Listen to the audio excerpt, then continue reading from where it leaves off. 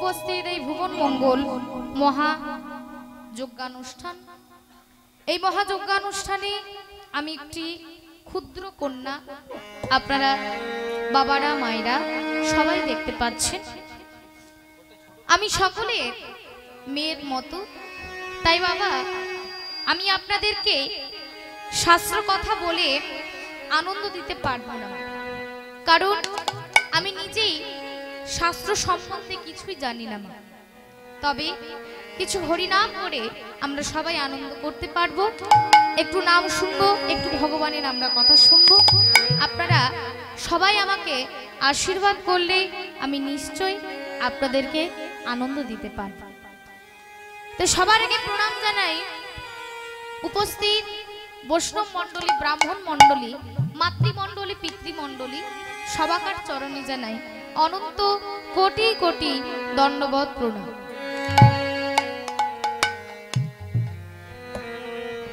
প্রণাম জানাই আমার পিতা মাতার শ্রীচরণ। প্রণাম জানাই এখানে রয়েছেন আমার গোপালজিও, তার শ্রীচরণে জানাই অনন্ত কোটি কোটি ভক্তিপূর্ণ দণ্ডবত প্রণাম।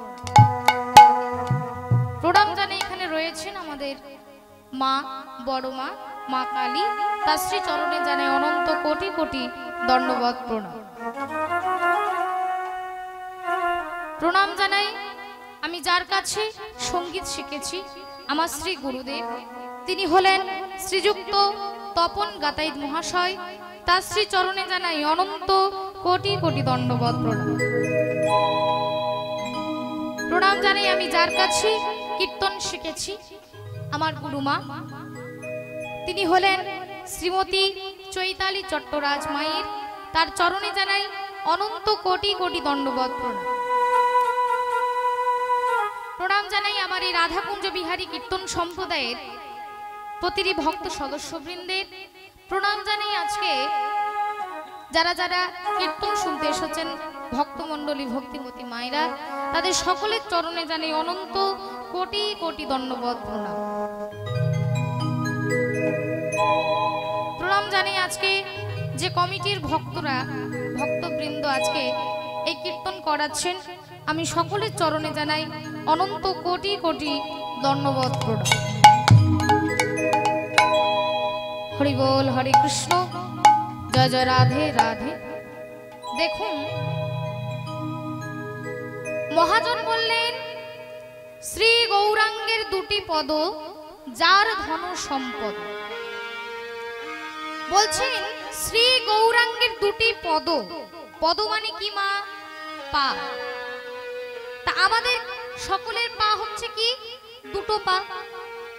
যারা কীর্তন করছেন তাদেরও দুটো পা, যারা কীর্তন করতে এসেছে তাদেরও দুটো পা, যারা কীর্তন করাচ্ছেন বলে তাদেরও দুটো পা, আর যারা কীর্তন শুনতে এসেছে বলে তাদেরও দুটো পা। তাহলে ভগবান গৌর সুন্দরের সঙ্গে আমাদের দুটো পায়ের পার্থক্যটা কি? না বলছেন শ্রী গৌরাঙ্গের দুটি পদ, যার ধন সম্পদ। অর্থাৎ গৌরাঙ্গ সুন্দরের একটা পা হচ্ছে ধন, আর একটা পা হচ্ছে সম্পদ। গৌরাঙ্গ সুন্দর হলেন রাধা কৃষ্ণ মিলিত তনু। এবার মায়েরা আপনারা সকলে বলবেন যে ধন কাকে বলে আর সম্পদ কাকে বলে? তা সম্পদ মানে হচ্ছে সম্পত্তি। ধরুন আপনার 1 বিঘা জমি আছে, 2 বিঘা জমি আছে, ধানের ক্ষেত আছে, বাগান আছে, একটা বড় পুকুর আছে, আম গাছ আছে, শাল গাছ আছে, তো এগুলো হচ্ছে সম্পত্তি। তা মা, এগুলো কি আপনি আলমারির মধ্যে ঢুকিয়ে রাখতে পারবেন? কি গো মায়েরা, পারবো কি ঢুকিয়ে রাখতে আলমারির মধ্যে? পারবো না। কিন্তু আপনার যদি 10 ভরি গয়না থাকে, কি করবেন? বাইরে ফেলে রাখবেন? ও মায়েরা, ফেলে রাখবো আমরা? ফেলে রাখবো না। এই ভগবান গৌর সুন্দরে তার একটা পা হচ্ছে ধন, আর একটা পা হচ্ছে সম্পদ। রাধা কৃষ্ণ মিলিত তনু, বাম দিকটা রাধা, ডান দিকটা কৃষ্ণ। তা মায়েরা, রাধা রানীর গায়ের রংটা কি? না তপ্ত কাঞ্চন গৌরাঙ্গী। তপ্ত মানে কি? গরম, কাঞ্চন মানে কি? সোনা। তাহলে গলানো সোনা, শ্যাকরা দোকানে গেলে দেখতে পাবেন সোনাটাকে যখন গলানো হয় তখন দেখবেন আমরা যে গয়নাগুলো পরি না মা, ওই সোনার থেকেও ওই গলানো সোনা 10 গুণ বেশি চকচক করে। ওই গলানো সোনার মতো গায়ের রংটা হচ্ছে আমার রাধারানীর আর গৌরাঙ্গ সুন্দরী। তাই বাইরে রাধা, রাধারানী হলেন সম্পত্তি, আর ভেতরে কৃষ্ণ, যাকে ভেতরে রেখেছেন অর্থাৎ ধন। তাহলে কৃষ্ণ হচ্ছে ধন, রাধারানী হলেন সম্পদ। এই মহাজন বললেন সে জানি ভগতি রসসা।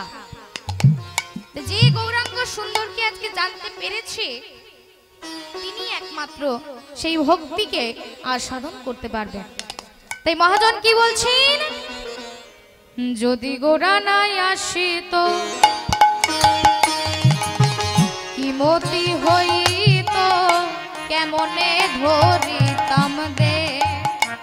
যদি গোরা নাই আসিত কেমতি হইত কেমনে ধরিতাম দে। ওগো শ্রী রাধার মহিমা প্রেম রস সীমা জগতে জানাতো শ্রী রাধার মহিমা প্রেম রস সীমা জগতে জানাতো কে। বলো কে জানাতো, কে জানাতো, বলো কে জানাতো, কে জানাতো। গোরা নাই আসিলে কে জানাতো, গোরা নাই আসিলে কে জানাতো। খোঁজে গোপন প্রেম গোপনে রইত গোরা নাই আসিলে কে জানাতো। ওই না গোপন প্রেম গোপনে রইত গোরা নাই আসিলে কে জানাতো। ও মাইরা, ভগবান গৌর সুন্দর না এলে আমরা কিন্তু কোনটা রাধা কুণ্ড আর কোনটা শ্যাম কুণ্ড কিন্তু আমরা জানতে পারতাম না। গৌরাঙ্গ সুন্দর না এলে আপনি বৃন্দাবনে গিয়ে ব্রজমাইদের জিজ্ঞাসা করতে পারেন, তারাও বলবে যে বাংলা থেকে নবদ্বীপ থেকে গৌর সুন্দর এসেছেন বলে আজকে কিন্তু আমরা এই বৃন্দাবনকে জানতে পেরেছি। এবার প্রশ্ন হচ্ছে যে বৃন্দাবনকে মধুর বৃন্দাবন বলা হয় কেন? আপনি মাইরা হাজার হাজার টাকা খরচ করলে কিন্তু ওই বৃন্দাবনে যেতে পারবেন, কিন্তু বৃন্দাবনে গিয়েও চিন্তা, যন্ত্রণা, চারিদিকে চেঁচামেচি। এর কারণটা কি না, আমরা যে যে উদ্দেশ্যটা নিয়ে বৃন্দাবনে যাই সেই উদ্দেশ্যটাকে কিন্তু আমরা ঠিক করতে পারি না। আমরা কি ভাবি? আমরা ভাবি যে ওখানে গিয়ে একটু ভালো কিছু দেখবো, ভালো খাবো, একটু বেড়াবো, একটু ঘুরবো। আর যারা পিকনিকের মনোভাব নিয়ে যায়, দেখুন বৃন্দাবনে কৃষ্ণও ছিল, বৃন্দাবনে তেমন কংসও ছিল বাবা। বৃন্দাবনে যেমন রাধারানীও ছিলেন, বৃন্দাবনে তেমন পুতনাও এসেছিলেন। তা আমাদেরকে সোজা ভাষায় বলছে যে পজিটিভ দিক আর নেগেটিভ দিক, অর্থাৎ খারাপ আর ভালো সব জায়গায় আছে। এমন কোনো জায়গা নেই যে সেখানে শুধু খারাপ মানুষ, আবার এমন কোনো জায়গা নেই যে সেখানে শুধু ভালো মানুষ। তাই ভালো কোথাও কম আছে, কোথাও বেশি আছে। তাই দেখুন একটি সুন্দর হরিনামের একটা কথা বলছে, যার পিত্ত রোগ আছে বাবা, তাকে আপনি বাতাসা খেতে দিলেও তেতো লাগবে, আপনি মিশ্রি খেতে দিলেও তেতো লাগবে, আপনি যেটা খাওয়াবেন সেটাই তার তেতো লাগবে। এর কারণটা কি?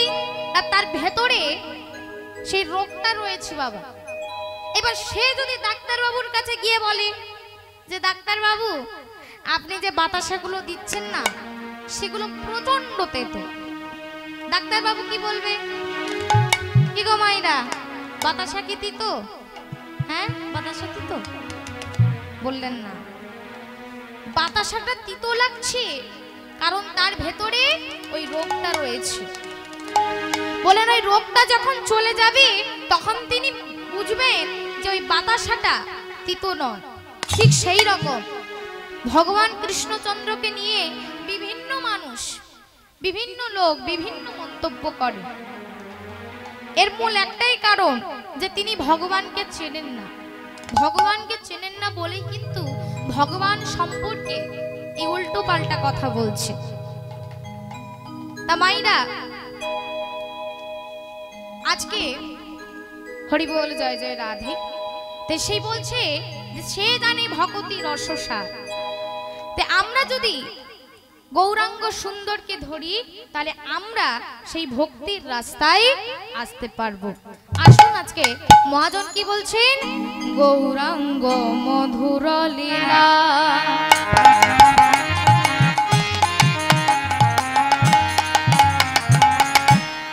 যার করণে প্রবেশিলা, গৌরাঙ্গের মধুর লীলা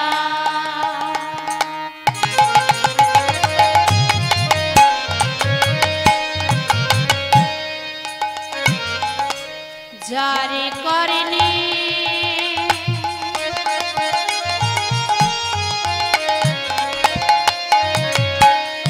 প্রবেশিলা,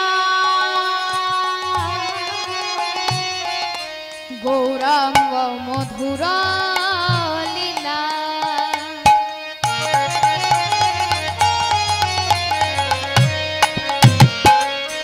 যার করণে প্রবেশিলা, হৃদয় নির্মল ভেল তার, হৃদয়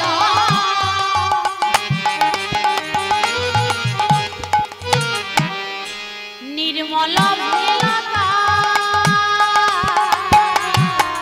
তার হৃদয় কোমল হয়ে যাবে, হৃদয় কোমল হয়ে যাবে, তার হৃদয় কোমল হয়ে যাবে, হৃদয় কোমল হয়ে যাবে, যে জন গৌর হরির নাম লবে, হৃদয় কোমল হয়ে যাবে, জানে গৌর হরির নাম লবে, হৃদয় কোমল হয়ে যাবে, যে জন গৌর হরির নাম লবে, আগর প্রাণ গৌর বলে, গৌর হরি নাম লবে, আগর গৌর বলে, গৌর হরি নাম লবে, হৃদয় কোমল হয়ে যাবে, হৃদয় নির্মল ভেল তার, হৃদয় নির্মল ভেল হৃদয় নির্মল ভেল তার, হৃদয় নির্মল ভেল হরি বল জয় রাধে।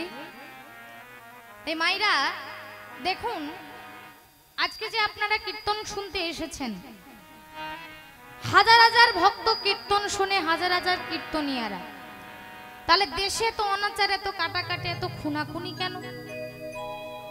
বলছেন কীর্তনকে মানার কীর্তনকে শোনা, দুটোর মধ্যে পার্থক্য আছে। কীর্তনকে মানার কীর্তনকে শোনা, কুরুক্ষেত্রের যুদ্ধে পঞ্চ পাণ্ডব জয়লাভ করেছে মা, আর এই আনন্দে অর্জুন বাড়ির দিকে আসছে, ভগবান রথটা চালিয়ে নিয়ে যাচ্ছে, আর অর্জুন সে রথের উপর চেপে বসে আস্তে আস্তে মনে মনে চিন্তা করছে যে আমি একটা বিশাল বড় বীরত্ব দেখালাম, আমি কত বড় বীরদেরকে মারলাম, তা আমার তো মানে একটা বিশাল ব্যাপার, এতক্ষণ আমার নাম সবাই জেনে যাবে, আমার নাম সবাই জেনে গেছে, আর শুধু পৃথিবী নয়, স্বর্গ মর্ত পাতাল সবাই আমার নাম জেনে যাবে, আমি অর্জুন, আমি কত বড় বড় বীরদেরকে মারলাম। এটা মনে চিন্তা করতে করতে তিনি আসছেন, আর মাইরা অন্তর্যামী ভগবান, তাকে কি আর বলতে হয়? তিনি আমাদের মনের কথা তিনি জানতে পেরে যান।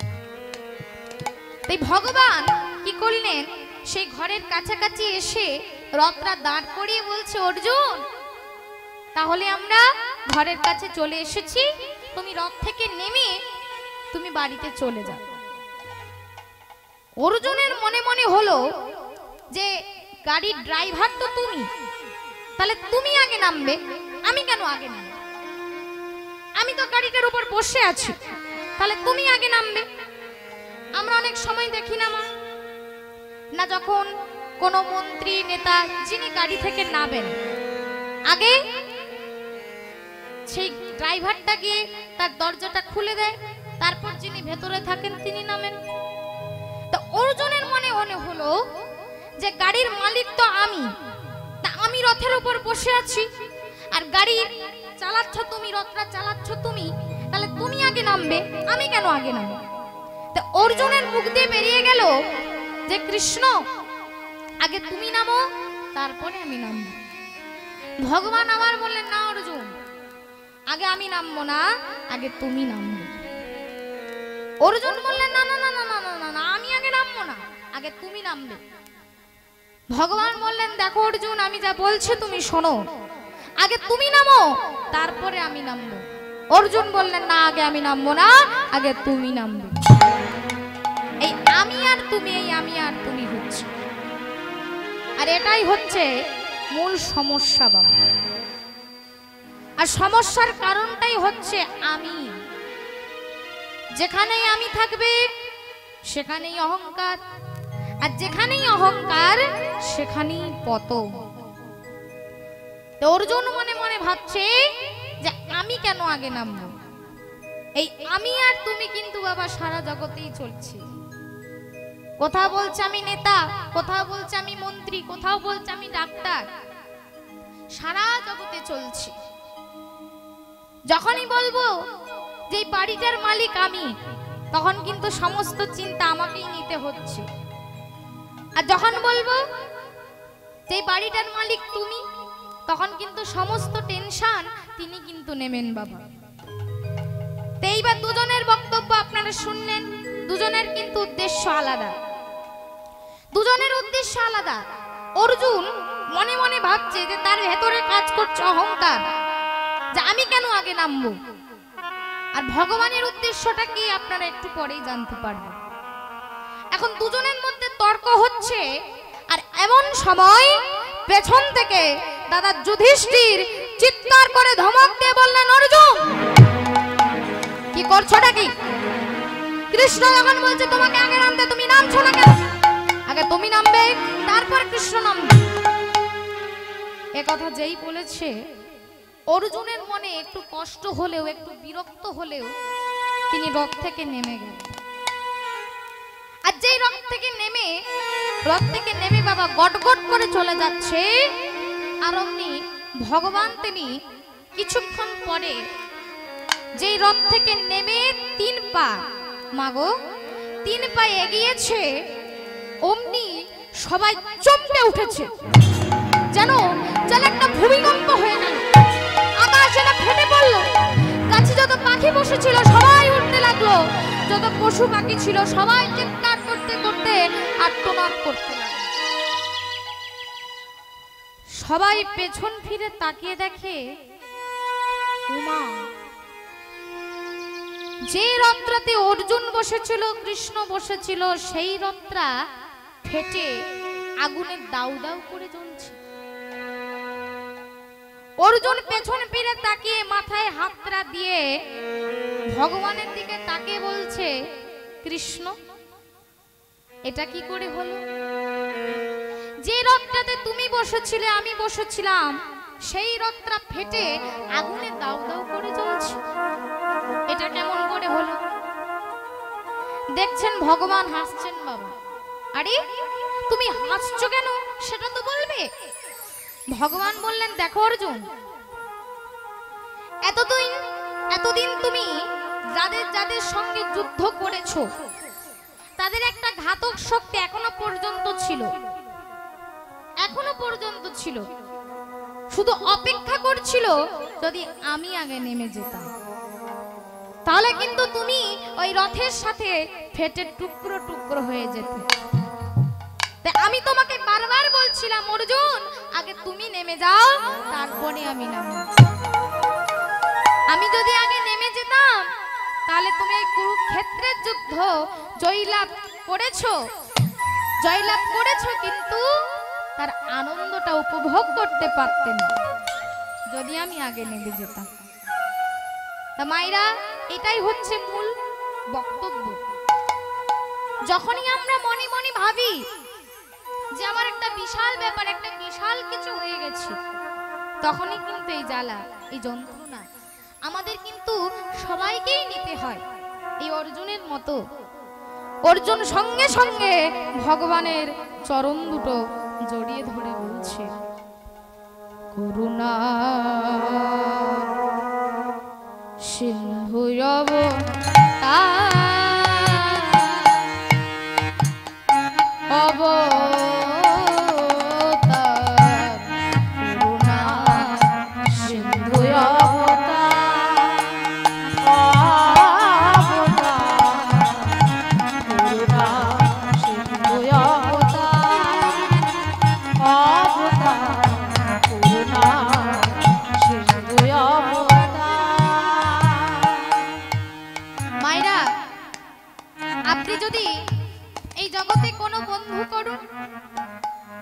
বন্ধু কিন্তু আপনাকে ডেকে নিয়ে গিয়ে খুনো করতে পারে, এটা আমি বলছি না, আমাদের সকলের মধ্যেই হয় বাবা।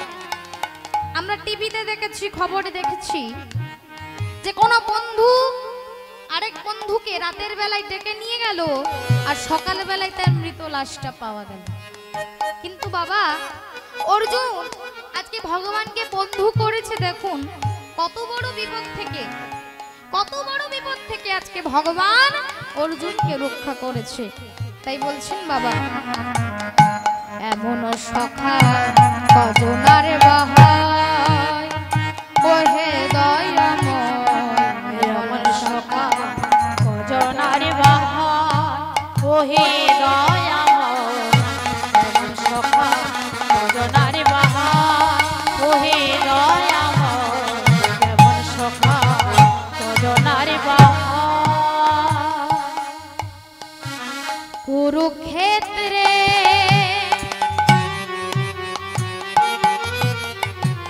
যুদ্ধস্থলে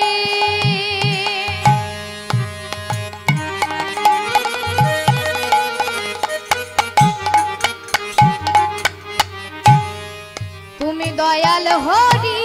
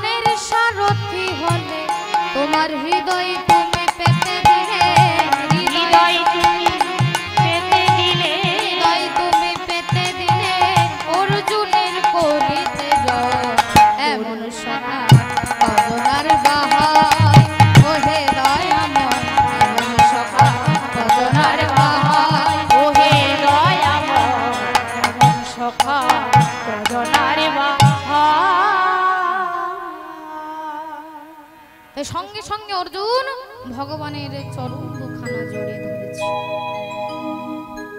তাই মায়েরা, আজকে সেই গৌর সুন্দর তাকে যদি আমরা ধরতে পারি, আমরা আজকে ভক্তিকে আস্বাদন করতে পারবো।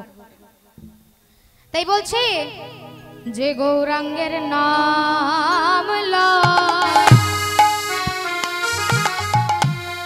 দেখো তার হয় প্রেমদান।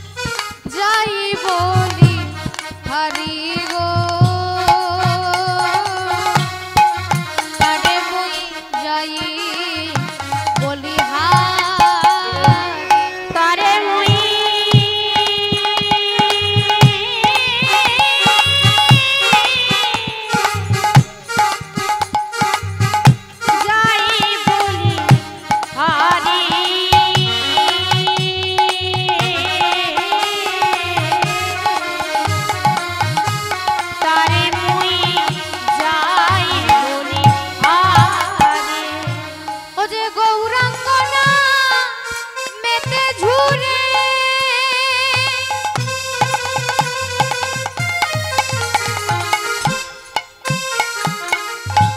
কৃষ্ণের নিত্য লীলা তারে স্ফুরে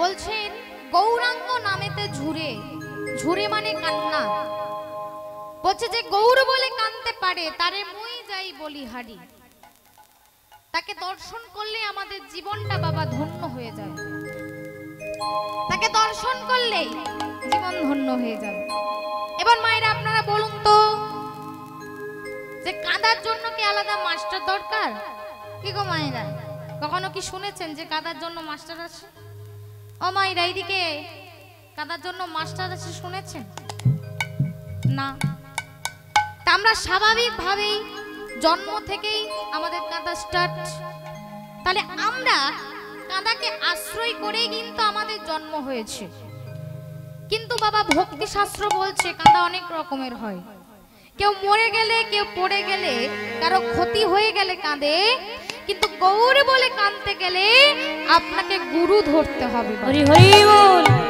গুরু না ধরলে আপনি কিন্তু গৌর বলে কৃষ্ণ বলে কাঁদতে পারবেন না তাই মহাপ্রভু তিনিও একা এলেন না নিয়ে এলেন কাকে না জগৎ গুরু নিত্যানন্দ প্রভু আমাইরা একটা সবাই মিলে নিত্যানন্দ নিত্যানন্দ সবার মনে হয় আনন্দ সবাই মিলে নিত্যানন্দ সবার মনে হয় আনন্দ নিত্যানন্দ নিত্যানন্দ সবার মনে হয় আনন্দ গৌর ভজ গৌর ভজ গৌর ভজ নাম ভজ নিত্যানন্দ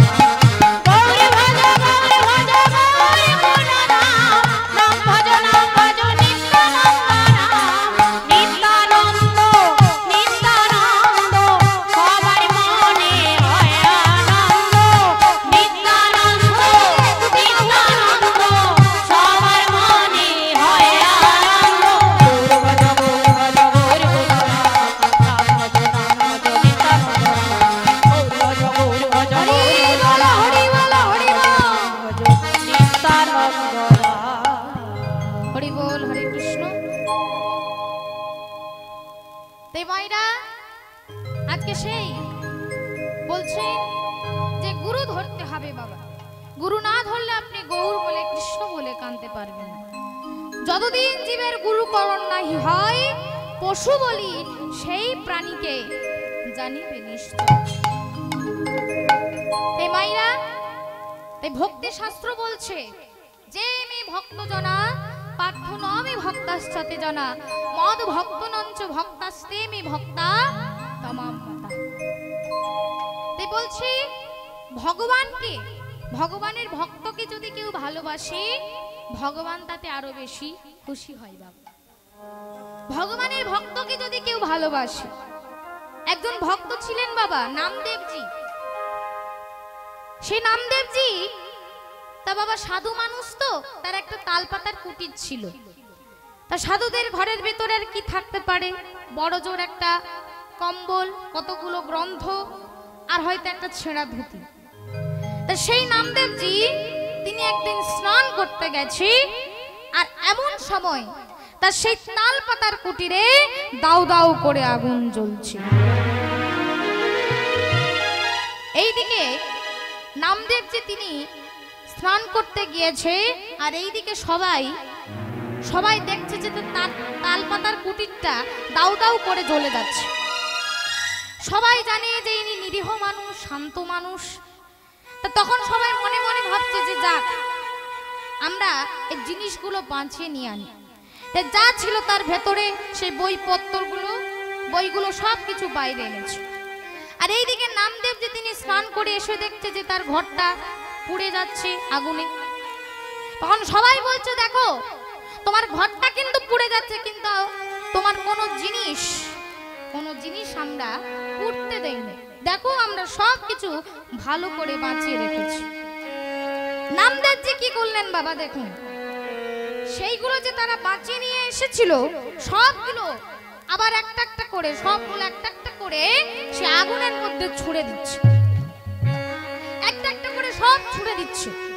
সবাই বলছে আরে আমরা এত কষ্ট করে বাঁচালাম আর তুমি সব জিনিস ছুঁড়ে দিচ্ছ কেন? উনি বাবা সেই আগুনের মধ্যে ভগবানকে দর্শন করছেন, যেন ভগবান খিলখিল করে হাসছে। বলছে আমার ভগবানের আগুনটা লাগিয়ে দিয়ে আমার ঘরে খুশি হচ্ছে। আগুনটা যদি বেশিক্ষণ জ্বলে তার জন্য যা কিছুই ছিল আমি সব আগুনের মধ্যে দিয়ে দিয়েছি, যা ছিল সব দিয়ে দিয়েছে।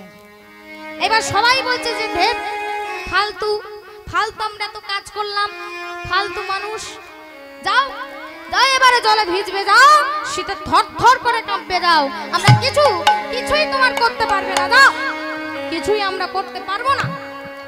এবার সবাই বলে দিয়ে চলে গেছে। আর এইদিকে কিছুদিন পরে বাবা সবাই যখন ওই রাস্তা দিয়ে চলাচল করছে তখন দেখছে যে একটা সুন্দর ঘরে নামদেবজি তিনি বসে আছেন, বসে নাম জপ করছেন। তখন এনারা মনে মনে ভাবছে যে এই কদিন আগেই তো ঘরটা পুড়ে গিয়েছিল, এই কদিনের মধ্যে তো এত সুন্দর বাড়ি তৈরি হওয়ার কথা নয়, তা কিভাবে করলো? তখন এসে বলছে, হাত জোড় করে বলছে, নামদেবজি, প্রভু নামদেবজি, তা আপনি কি একটু দয়া করে বলতে পারেন যে কি করে আপনি এই এত সুন্দর ঘরটা তৈরি করলেন, কি করে করলেন এই কদিনের মধ্যে? তখন বলছে নামদেবজি যে আমি কিছুই করিনি। সে কি?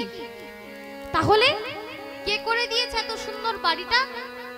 বললেন যিনি আগুনটা লাগিয়ে দিয়েছিলেন বলে তিনি করে দিয়ে গেছে। তখন একজন বলছে যে নামদেবজি একটু শুনুন না, আমার বাড়িটাও না একটু ভেঙে গেছে, যদি উনি একটু করে দিয়ে যান। তখন পাশ থেকে একজন বলছে যে শোনো, উনি তখনই করে দিয়ে যাবেন যার বাড়িটা ভেঙে গেলেও কোনো দুঃখ থাকবে না, যার বাড়িটা পুড়ে গেলেও কোনো দুঃখ থাকবে না, যিনি সমস্ত অবস্থাতে হাসতে পারেন, বলে ভগবান তার বাড়ি করতে হরি হরি বল, ভগবান তার বাড়ি করতে আসেন, হরি হরি বল। তাই আসুন আজকে বলছি যে ভগবানকে যদি কেউ ভালোবাসে, ভগবানের ভক্তকে ভগবান তাতে আরো বেশি খুশি হয়। তাই আজকে মহাজন কি বলছেন, শ্রী গৌরাঙ্গের সঙ্গী গণে নিত্য সিদ্ধ করি মানে, শ্রী গৌরাঙ্গের সঙ্গী গণে নিত্য সিদ্ধ করি মানে, শ্রী গৌরাঙ্গের সঙ্গী গণে নিত্য সিদ্ধ করি মানে, শ্রী গৌরাঙ্গের সঙ্গী গণে নিত্য সিদ্ধ করি মানে, সে যাই ব্রজেন্দ্র সুত পার, সে যাই ব্রজেন্দ্র সুত পার, গৌর মণ্ডল ভূমি যে বাগানে চিন্তামণি, গৌর মণ্ডল ভূমি যে বাগানে চিন্তামণি, তার হয় ব্রজ ভূমে বাস, তার হয় ব্রজ ভূমে বাস, নবদ্বীপের বৃন্দাবন, নবদ্বীপের বৃন্দাবন, নবদ্বীপের বৃন্দাবন, নবদ্বীপের বৃন্দাবন, ভিন্ন নয় তা জানে যে জন নবদ্বীপের বৃন্দাবন, ভিন্ন নয় তা জানে যে জন নবদ্বীপের বৃন্দাবন, ভিন্ন নয় তা জানে যে জন ব্রজে বাস করে সে জন হরি বল হরি বাস করে সে জন, ভিন্ন নয় জানে যে জন ব্রজে বাস করে সে জন, ভিন্ন নয় তা জানে যে জন নবদ্বীপের বৃন্দাবন, নবদ্বীপের বৃন্দাবন, নবদ্বীপের বৃন্দাবন। তা আপনি মেদিনীপুরে থাকলেও কিন্তু বৃন্দাবনের ফল লাভ করতে পারেন। তাই বলছেন বৃন্দাবন আর নবদ্বীপ ভিন্ন নয়, তে সে জানে যে জন। তে মাইরা ঠিক সেই রকম বলছেন যে ভগবানও যা ভক্তও তাই। ভগবান যা পারে না বলে ভক্ত তাই পারে। এবার মাইরা আপনারা সবাই বলবেন, বাবারা মাইরা, যে তুমি এইটুকু বাচ্চা মেয়ে এরকম উল্টো পাল্টা কথা বলছো।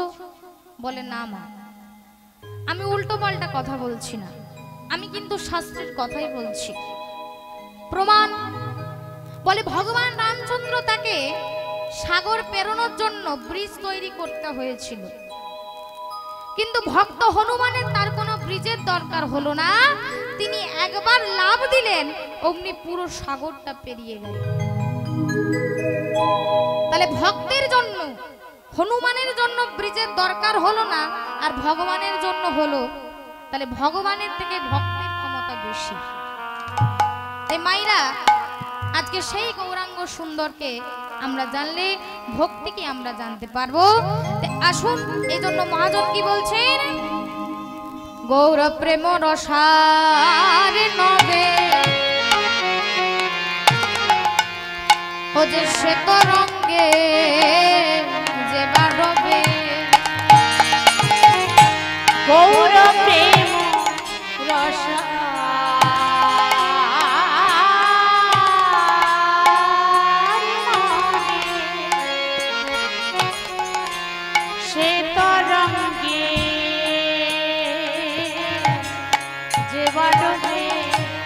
শ্রী রাধা মা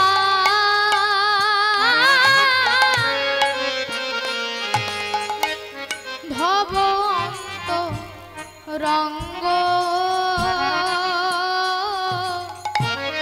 শ্রী রাধা মা ভব অন্তরঙ্গ, শ্রী রাধা মা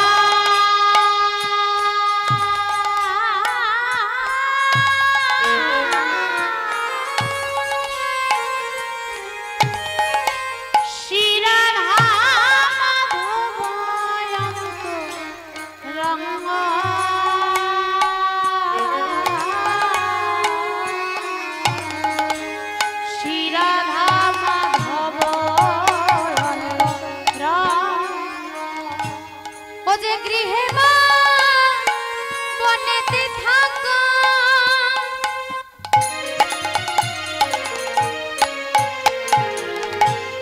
ও যে হা গৌরাঙ্গ বলে না গো, গৃহে মা বনেতে থাকো,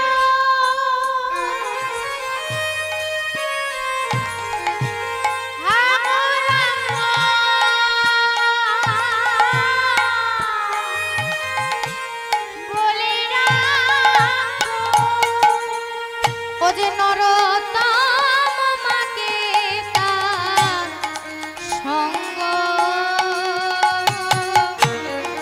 নরোত্তম মাগে তার সঙ্গ, নরোত্তম মাগে তার সঙ্গ,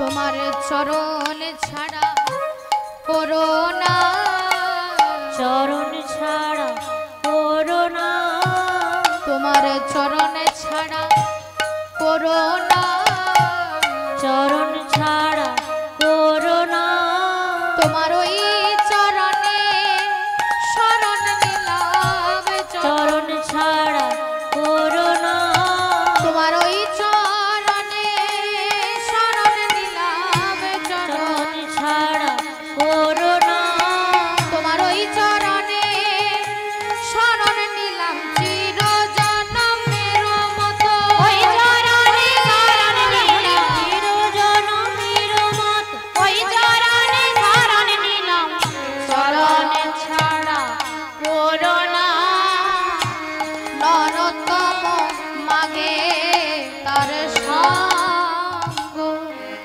দাসী নরোত্তম মাগে তার জন্মের মতো সঙ্গ,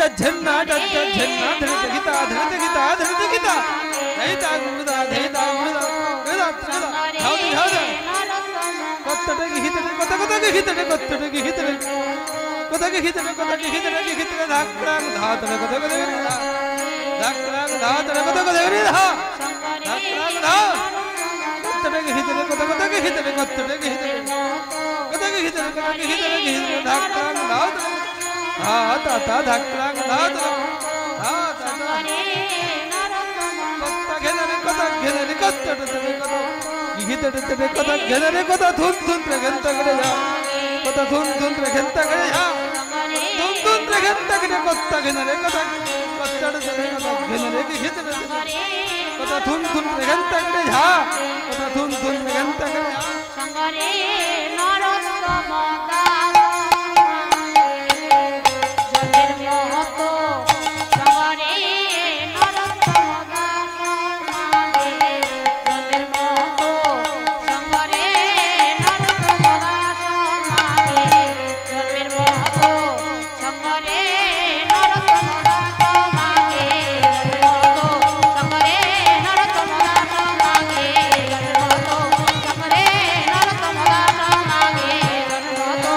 সঙ্গরে হরি বল জয় জয় রাধে হরে কৃষ্ণ হরি বল জয় জয় রাধেশ্যাম রাধেশ্যাম হরি বল জয় জয় রাধে। এতক্ষণ শুনলাম আমরা ভগবান শ্রী গৌর সুন্দরের কথা।